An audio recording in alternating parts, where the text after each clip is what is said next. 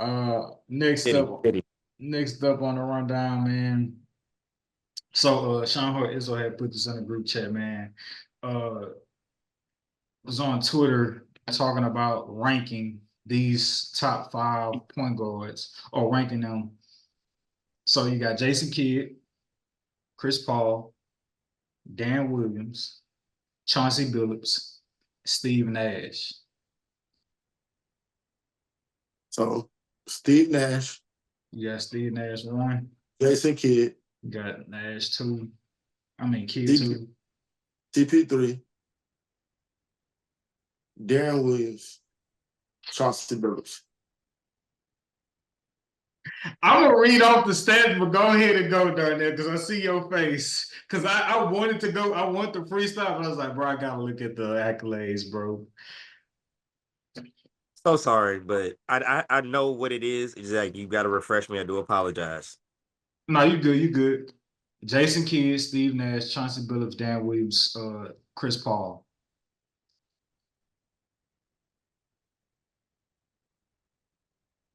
Steve Nash, You got Nash at one. Yeah.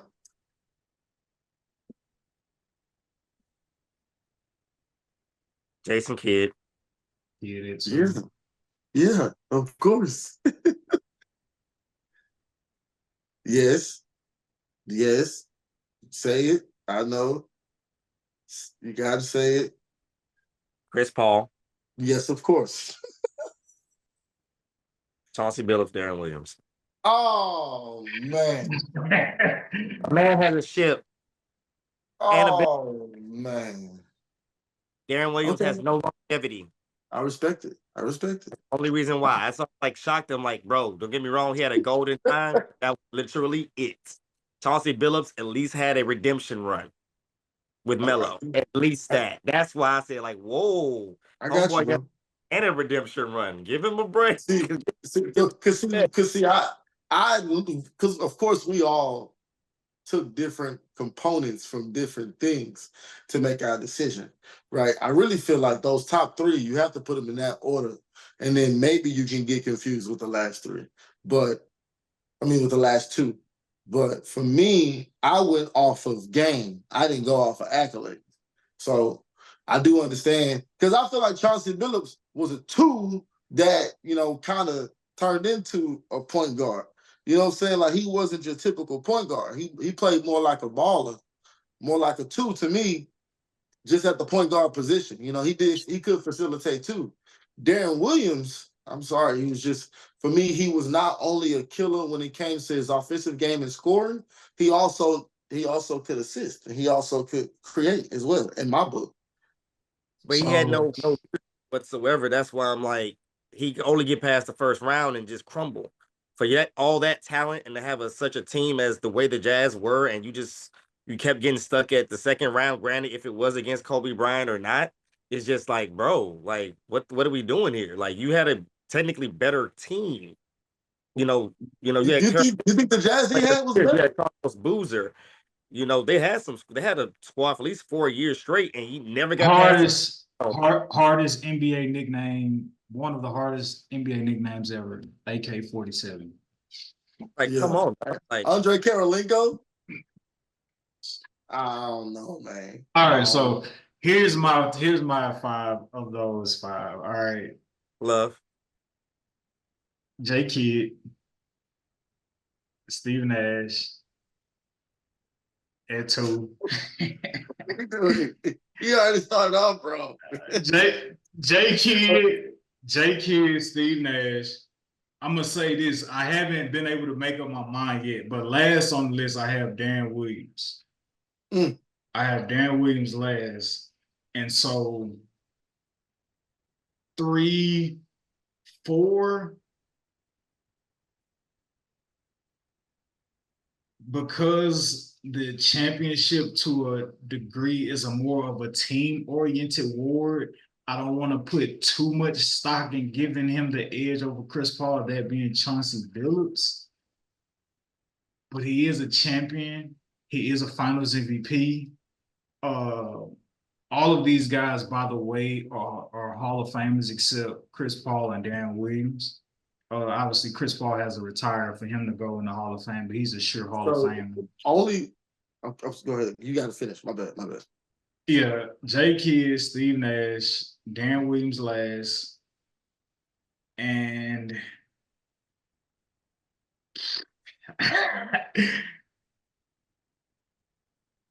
CP. I go CP3, then Chauncey. So I think that in my mind, y'all not going off game, right? Y'all going off of what system? Game is why I have Jay Kidd above Steve Nash because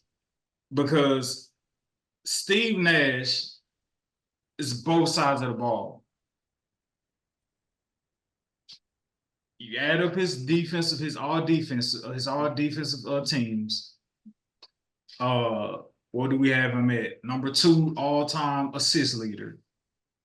And this guy is heralded as being somebody who could literally affect the game without scoring, the entire game without scoring. And so why Jason Kidd go above him? He's a back-to-back MVP. Asterisk.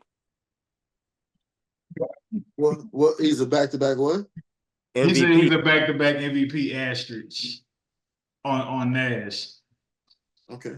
Respect to the great one. Yeah. Okay. That's what I really sense. I sense a bit of Kobe envy, respectfully, and I understand it. No. I'm not even. I mean, like when I back-to-back MVPs and just never quite getting the ship with Kobe Bryant in your way, it's kind of like it's like the it's game and accolades is how great you are at affecting the game in a variety of ways. Nash, all offense, though offense was high powered. But Jay Kidd ability again to be able to do it on both sides of the ball, 9-time defensive All-NBA, 9-time All Defensive Team, 5-time assist champ, 6-time All-NBA, Rookie of the Year if you want to count that, 10-time All-Star, NBA champion, and if you want to count the 75th team anniversary, because there's a lot of guys who may have got that shouldn't be on there, and there's some guys who didn't get it who should be on there.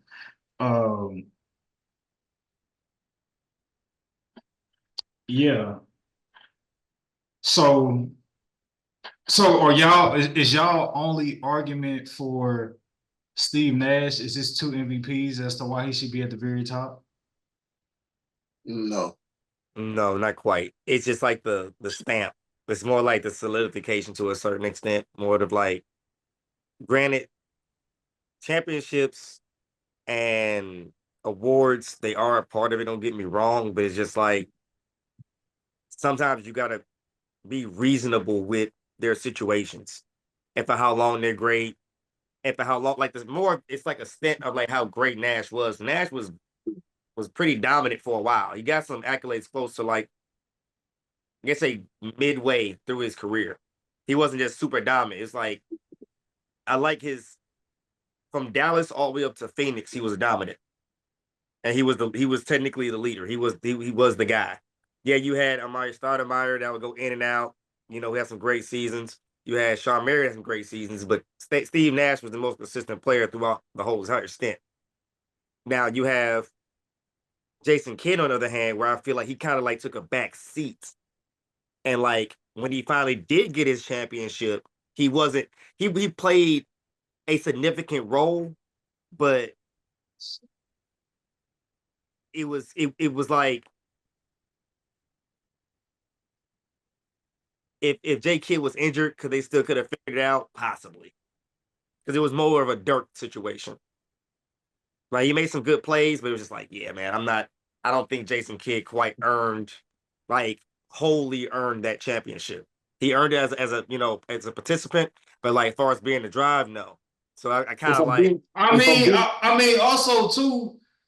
I mean, it's not getting there, so we can't fully count it. I mean, I understand that we want to, say, but they didn't win it, horseshoes and hand grenades, right? But Jason Kidd in his prime got to the finals. Whoa. And his problem with who? The New Jersey Nets? Yes, sir. I forgot about Yes. respect. Okay. Respect. In his prime, he got to the finals. And who did he lose to? He lost to obviously the Los Angeles Lakers. As tough and as great as Steve Nash was, go ahead. Hot take. Is it one to say that Derek Fisher is better than all of them? Nah, I ain't gonna do that.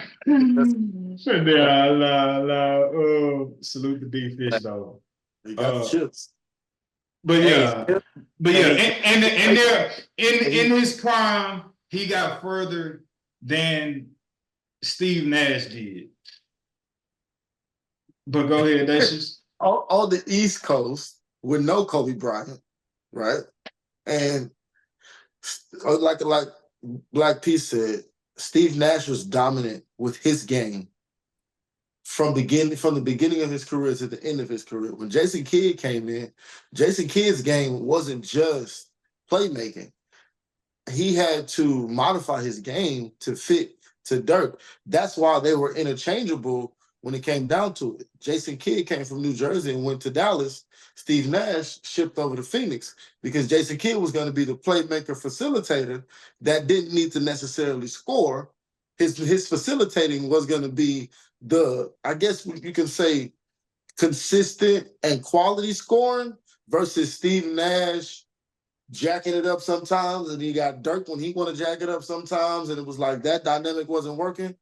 So, I just feel like, yeah, I think the comparison to where obviously Kidd was when he was in Dallas, I'm not gonna argue and say Kidd was still in his prime. So I think to try to compare that Kidd to to a Steve Nash, I think it's like two players in like two different parts of their career. But if you mirror Steve Nash, he's Go ahead. Go ahead, Black Peach. I'm sorry. No, No, go ahead, brother. I think your point was more of when he did get to Dallas, he wasn't supposed to be dominant. He was just more a part of the system and not really like, okay, now this is your team. It's like, no, you're part of the system that we need you to lead. You're not necessarily this, oh man, Jason Kidd's out there. Let's work. Like he did his thing, but it was just like, you're Right. not He wasn't Dallas's guy. And they Steve got Nash always known to be like Steve Nash, be Steve Nash. When now he got there, when he won the championship, it was more like, now we need you to kind of like step back, like be you, but we don't need you to do nothing else but just kind of like run the game, right? Be the best point guard. Now, the question is, who was the better point guard out of that group? Then I'll believe like, I guess you could say you could reorder it. Who's the better point guard? They all were point guards, but who's the better player? I kind of feel like my order was more accurate. But I you know what? I'll say that I agree with your order as point guards, but I still stick with my order as like players. Does that make any sense? Yeah, who was the best? Like the best, like Yeah. the best point guards. The order you did, I give it that better. But like as far as like who was the best in the point guard position? Yes, that's what I'm saying. That's what I feel like. Yeah, that's what my list went off too. Black Peace. Who was the best when they held the position of point guard? Who was the best at it? To me, I don't think Jason Kidd outshines Steve Nash. I know all of his accolades. It's just again, Steve Nash was a dog until he left. The teams were scared of him until he left. I go with Poochie's order because, like I said, I feel like his order was more based off of like that big factor of like point guard. Because, like you said, he didn't have to score no points. Like better play scoring the basket is when the best basketball player is about. Technically, you can assist and do other things. It's like and defense too. Like what y'all are giving Steve Nash credit for with respect, but Jason Kidd is also like upping that or competing with that on the defensive end as well. If we gonna fully respect the game for both sides of the court. And y'all know me, I love putting the ball in the basket, but in terms of totality of a player, like all right, you can be just as effective as Steve Nash on the offensive end to the point where you scoring is just icing on the cake, but just because of how much of a mental wizard you are. And then you're going out here and giving us 9-time all defensive players. I think that should account for some in totality as a player. Why do we love LeBron? Because he could do it on both sides. Why do we love Kobe? Because he can do it on both sides. Why do we love Jordan? Because he can do it on both sides. And the list goes on and on and on and on. But none of this, a very healthy debate. Hey, somebody has an input. Who you think is better? Come on, Who come you think on, is Jason Kidd or Steve Nash? JD, come on, nephew. Come on, Jason Kidd, nephew. Steve Nash. Say one. Come on, hurry up. Jason Kidd or Steve Nash? Say one. And we'll get his answer next week. All right.